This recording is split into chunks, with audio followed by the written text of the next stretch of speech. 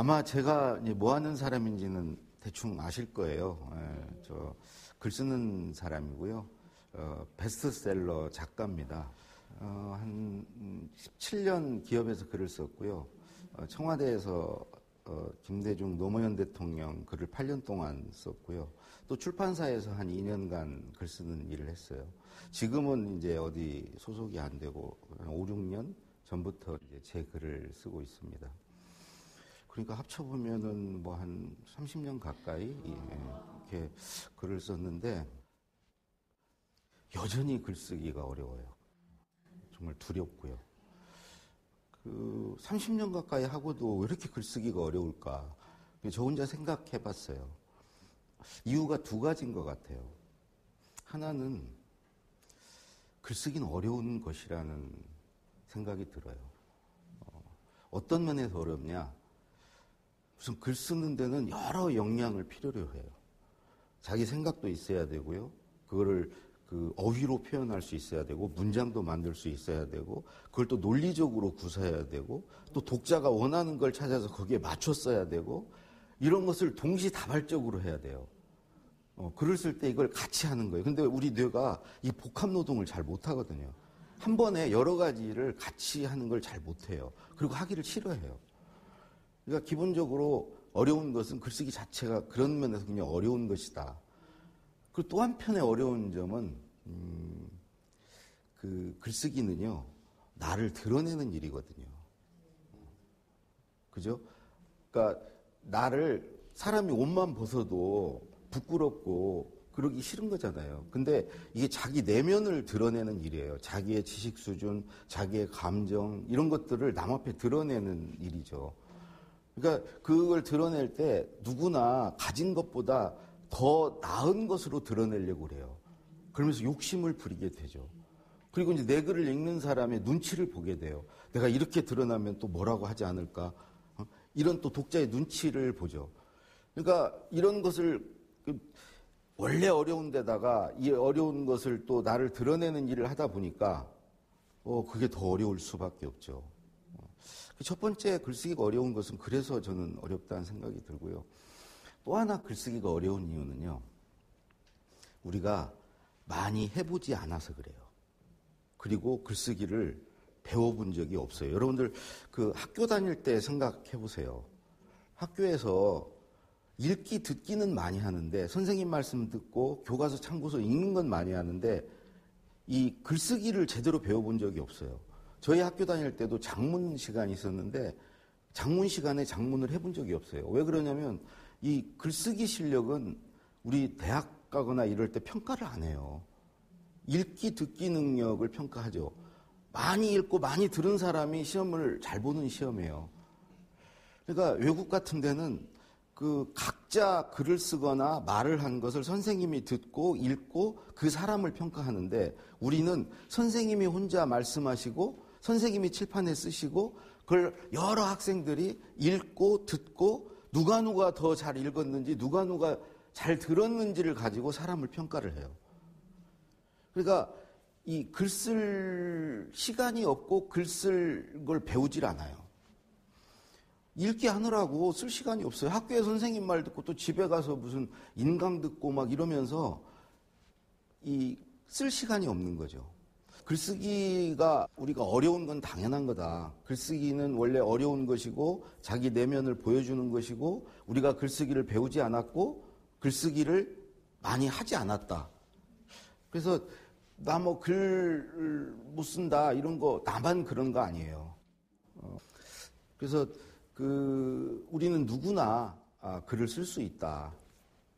이제 오늘 제가 뒤에 누구나 글을 쓸 수 있는 방법을 알려드리려고 그러는데 그러면 이렇게 물어보실 수 있어요, 여러분들이. 아니 그렇게 쓰기 힘들고 원래 어려운 건데 그걸 굳이 쓸 필요가 있는가? 이런 질문을 할 수 있죠.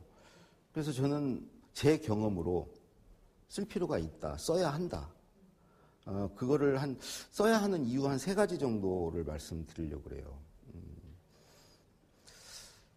제가 이제 직장을 나와서 그게 이제 50 좀 넘었을 때예요. 50 넘어서 직장을 나와서 누가 이제 월급도 안 주고 누가 저한테 일도 안 시키고 이럴 때가 왔어요. 아마 여기 계신 분들 그리고 시청자 여러분 누구나 그런 때가 와요. 이게 예전에는 안 올 수 있었어요. 오래 살지 않을 때. 그러니까 직장 생활 종신고용이 보장되고 막 60세까지 살고 한 60대 후반 70대에 돌아가시면 그런 기간을 당하지 않고 갈 수 있죠. 근데 이제는 오히려 직장에서 일하는 기간은 줄어들었어요. 월급 받고 사는 기간이 줄어드는데 사는 기간은 그에 비해서 엄청 늘어났어요. 제가 나이 30이 됐을 때 사람들이 절반 살았다고 그랬어요. 그때는 60세 환갑이 되면은 정말 장수했다고 잔치를 벌였어요. 지금으로부터 거의 30년 전이에요. 근데 제가 40이 또 됐는데, 10년이 흘러서 40이 됐는데 또 절반 살았다는 거예요. 인생 80이라는 거야. 실제로 제가 40이 됐을 때는 80 사는 게 그다지 어려운 일이 아니었어요. 좀 건강하면 80 살게 됐어요. 지금으로부터 한 10 몇 년 전이에요. 50이 된 게 지금 한 6, 7년 전이거든요. 근데 또 절반 살았다는 거예요. 정말 100세 시대가 열린 거예요. 100세 시대가 이게 불가능한 게 아닌 거예요. 특히 젊은 분들은 당연히 100세 살아요. 평균 연령이 100세 시대, 100세가 되는 날이 정말 저는 머지 않았다고 생각해요. 근데 제가 이제 60은 얼마 안 남았죠. 근데 60이 되면 어쩌면요, 또 절반 살았다고 그럴지 몰라요. 왜 그러냐면 얼마 안 남았지만 지금은요, 이 짧은 기간에 이 평균 수명이 늘어나는 건 기하급수적으로 늘어나요. 우리가 막 의학이라든가 3D라든가 나노기술이나 생명공학이 엄청난 속도로 이제 발전하기 이제 시작했어요. 시작했기 때문에 계속 늘어날 거예요. 그러니까 우리는 최소 한 100세, 잘못하면 120세까지 살 수 있는 거죠. 그래서 제가 이제 딱 그때 50이 돼서 나왔는데, 근데 어디를 가면 사람들이 누구세요? 물어보면 옛날에는 명함을 줬어요.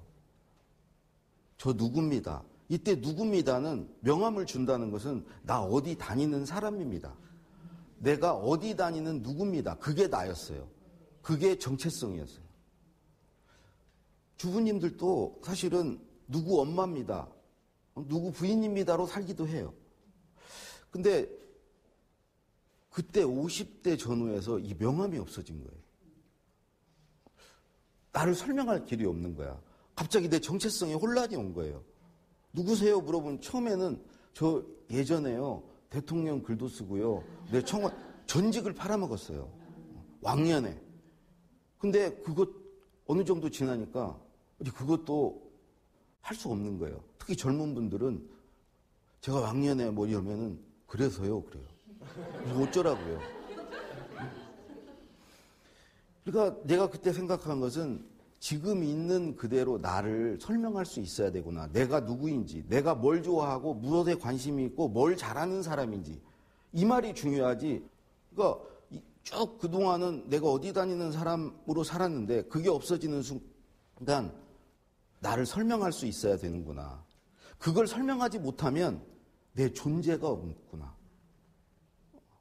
존재감도 없는 거고 존재 의미도 없을 수 있고 존재 가치도 사라지는구나. 이런 생각이 드는 거예요. 포털 사이트에 가서 제 이름을 쳐봤어요. 강원국. 그랬더니 강원도에서 하는 국제 행사만 뜨는 거예요. 오프라인에도 이미 없는 사람인데, 내가 뭐라고 명함이 없어진 사람인데 온라인에도 없는 거예요. 그래서 내가 이 척박한 이 황무지에, 이 온라인의 황무지에 내 영토를 개척을 하자, 개간을 하자. 농사를 짓자, 여기다가. 씨를 뿌리고 나를 심어 나가자. 나 스스로 내가 누구인지 알고 나를 다른 사람에게 그걸 통해서 보여주자. 내 몸으로 보여주거나 아니면 내 생각, 내 의견, 내 감정, 그러니까 내면의 나, 내 정신이죠.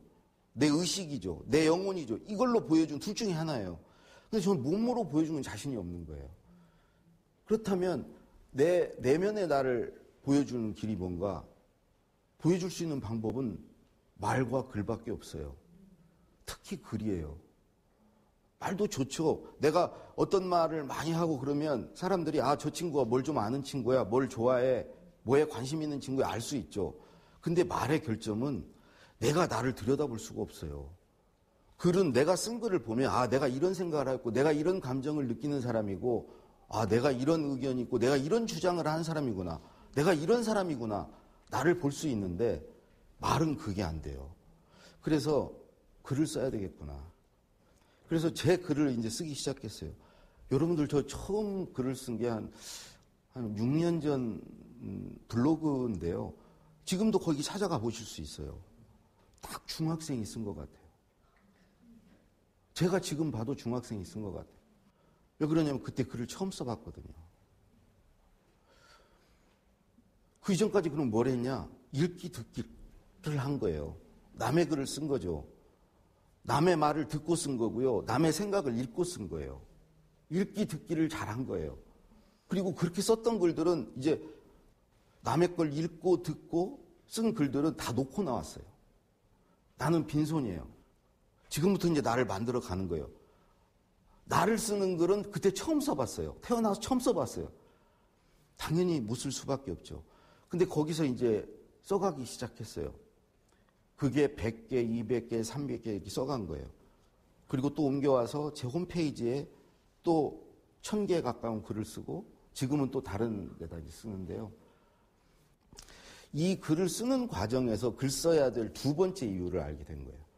첫 번째 이유가 내 존재를 알기 위해서, 내 존재를 드러내기 위해서였다면 두 번째는 그 과정을 통해서 내가 행복해진다는 걸 알았어요. 그걸 경험한 사람이 너무 없기 때문에 내 말을 잘 믿지 않을 거예요. 본인이 해보시지 않고는 알 수가 없어요. 되게 어느 정도의 축적이 일어나야, 내가 쓴 글의 양이 어느 정도 돼야 그 세계를 알거든요. 근데 많은 분들이 거기까지 가보질 않아요. 그 이전에 다 포기해요. 포기하는 첫 번째 이유는요, 반응이 안 오니까.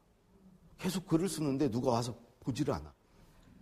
저도 처음에 누가 공감도 안 눌러주고 댓글도 안 달아주고 나 혼자 쓰고 앉아있는 거예요. 그때 이런 생각이, 내가 이걸 왜 하고 있어? 내가 쓸데없는 짓을 왜 하고 있는 거예요? 처음에 정말 그런 생각이 드는 거예요. 반응이 안 와요. 근데 그 고비를 안 넘겨요. 그러면 이제 때려치우는 거예요. 근데 저는 그걸 계속해서, 그걸 할 수 있는 이유가 두 가지가 있었어요. 하나는 그때 강의를 시작했거든요. 이 말을 해야 되거든. 말을 하려다 보니까 메모가 필요한 거예요. 뭔가를 써놓은 게 있어야 그걸 가지고 말을 할 수 있는 거예요. 그래, 남이 안 봐도 좋다. 나는 그 용도로 이걸 쓴다. 또 하나는 멀리 생각했던 게 나중에 이거 모아서 한번 책을 써보자. 짤막짤막한 글들을 계속 써서 나중에 책을 써보자. 이런 생각이 있었기 때문에 그걸 참고 견딘 거예요. 반응이 없어도. 그렇게 쓰다 보니까 어느 정도 이제 일정 분량이 됐어요. 여러분들, 이 분량이 됐을 때 이런 현상들이 일어나요. 첫 번째는요, 더 글을 쓰고 싶은 욕심이 생겨요. 더 의욕이 생겨요. 이게 왜 그런 줄 아세요? 사람이 뭐가 축적이 되면요, 축적이 된 걸 더 쌓으려는 그 욕구가 생겨요. 예를 들어서 하루 벌어서 하루 먹는 사람들은 돈 욕심이 안 생겨요. 근데 돈이 쌓이잖아요. 통장에 돈이 쌓인 걸 보잖아요. 그러면 더 쌓고 싶어요. 더 쌓고 싶고, 이걸 더 쌓아서 이걸 어떻게 관리를 해가지고 이거를 어떻게 하면 더 쌓을까, 이걸 궁리를 하기 시작해요. 여러분, 이 겨울에 눈이 오면, 쌀에기 눈이 와서 녹아버리면 아무 생각이 없어요. 근데 눈이 쌓이는 순간 이 쌓인 눈을 가지고 눈사람을 만들까, 눈싸움을 할까 막 가슴이 뛰어요. 이게 쌓이면은 더 쌓고 싶고, 어떻게 하면 더 쌓을까 궁리를 하게 되고, 쌓아있는 것을 어떻게 활용해 볼까, 이런 데 빠져요. 그때 가슴이 뛴다는 거죠. 첫 번째. 두 번째 저한테 온 현상은, 글을 쓰지 않을 때도 글감이 자꾸 떠오른다는 거예요. 생각이 막 난다는 거예요. 길을 가다가도 뭐가 갑자기 생각이 나요. 잠들기 전에 잠이 올까 말까 하는데 뭔 생각이 자꾸 떠올라. 누구하고 얘기를 나누다가 누가 무슨 얘기를 하면 갑자기 뭔 생각이 떠올라가지고 말을 막고 내 얘기를 막 하고 싶어. 이런 상태가 돼요. 이게 왜 그런지 내가 곰곰이 그걸 들여다보니까 이걸 뭘 써놨다는 것은 내 생각의 덩어리가 만들어진 거예요. 그 생각이라는 게 생각 안에는 의견도 있을 수 있고 어떤 느낌도 있을 수 있고 과거의 어떤 기억도 그 글 안에는 들어가 있고 내가 어떤 상상하는 것도 들어가 있고 어쨌든 그걸 그냥 통틀어서 생각이라고 한다면 사실은 그게 나예요. 근데 그게 덩어리가 이제 써둔 게 있으면 그 덩어리가 만들어진 거예요. 이미 덩어리 안에서 여러 생각과 기억과 상상과 자기의 어떤 의견과 느낌이 지들끼리 막 부딪혀가지고 새끼를 쳐요. 그 결과로 잠들기 전에 이런저런 생각이 나다가 갑자기 쓸거리가 떠올라요. 아, 일어나서 쓸까? 아, 귀찮은데? 아, 잊어버리면 어떡하지? 이렇게 막 할 때 가슴이 설레요. 일어날까 말까 이렇게 망설일 때 내가 살아있다는 걸 느껴요.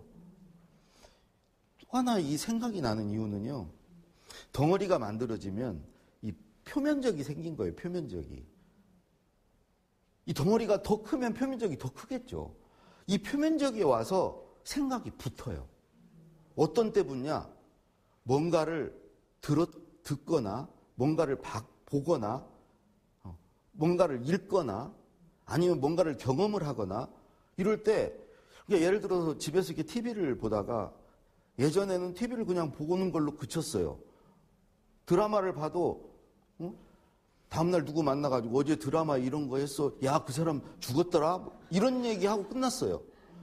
근데 어떤 게 써둔 덩어리가 생긴 순간 드라마 내용 중에 뭔지는 모르겠는데 그 내용이 내가 써둔 것과 관련이 있어. 이게 연결이 돼요. 그러면서 그게 의미가 있어져. 예전에는 그냥 받아들이거나 스쳐 지나갔는데 그것과 내 것이 부딪혀가지고 새로운 걸 만들어요. 그때 생각이 막 떠올라. 책을 읽을 때도요. 써둔 덩어리가 있는 사람은 책을 읽을 때 계속 생각이 나요. 생각이 난다는 것은 없던 게 만들어진 거 아니에요. 내가 써둔 거에 어떤 생각을 기록 올려서 가지고 오는 거예요. 있었는데 이걸 보니까 그 생각이 나는 거예요. 그래서 이것과 내 생각이 연결이 되면서 새로운 생각이 만들어지는 거예요. 그리고 똑같은 걸 읽거나 보거나 그래도 사는 게 아주 밀도가 있어져요. 그냥 시간이 그냥 허비되는 게 아니고 계속 생각이 떠오르고 이런 상태가 돼요. 그게 또한 즐거운 일이에요. 세 번째, 왜 내가 이렇게 행복한가 그랬는데 세 번째 이유는요. 궁금해져요. 써둔 게 있으면 희한해요. 쓰면 쓸수록 뭐를 알면 알수록 더 궁금해져요. 모를 때는 하나도 안 궁금해. 근데 뭘 알수록 궁금해져. 알수록 궁금해져요. 많이 알면 많이 알수록 더 빈틈이 많아져요. 그 빈틈이 궁금해지는 것들이에요. 그러니까 제가 글쓰기에 대해서 글을 쓰는데 뇌과학이 궁금한 거야. 뇌는 어떻게 글을 쓰는가. 막 심리학이 궁금한 거야. 문학이 궁금한 거야. 이게 막 궁금해지는 게 가슴이 뛰는 거예요. 누가 그랬어요? 지식이 많은 사람은 그 영토가 넓은 거고 그 넓은 영토를 따라서 해안선이 길어지고 그 해안선으로 긴 해안선을 따라서 뭐 바다를 동경하기도 가슴이 뛰게 된다고. 세상에 우물 안에 있는 사람은 그냥 그게 전부 세상인 줄 알고 사는 거예요. 세상을 경험해 본 사람은 더 세상을 알고 싶고 더 궁금해지는 거예요. 여러분들 행복하다는 건 저는 궁금한 거다. 그래서 아이들은 행복해요. 아이들은 세상 모든 게 궁금해. 그리고 엄마한테 막 물어봐. 그래도 엄마한테 한 대 맞고 나면 그때부터 이제 엄마가 모르는 걸 자꾸 사람 많은 데서 물어보면 안 돼요. 엄마가 시끄러우면 한 대 때려요. 그때부터 이제 궁금증이 없어지기 시작해. 이 궁금해진다는 것은 사람이 이제 행복해진다는 거거든요. 자기를 궁금함 쪽으로 자꾸 몰아넣어야 돼요. 그러려면 뭘 써야 돼요. 그래서 이런 것들이 행복감을 줘요. 이렇게 뭐가 궁금해서 행복하고요. 막 생각이 나서 행복하고요. 첫 번째 뭐가 어째서 행복하다고 그랬죠? 축적이 일어나서 더 쌓고 싶어서 막 그런 의욕이 생기고 막 그런 욕구가 막 올라와서. 글을 쓰면 얻는 세 번째는요, 성장하기 때문이에요. 사실은 막 생각이 나고 그래서 쓰게 되고 궁금해서 막 알아보고 안 것을 쓰게 되고 그러면 내가 쓰는 분량이 막 늘어나고 양적으로 성장하는 거예요.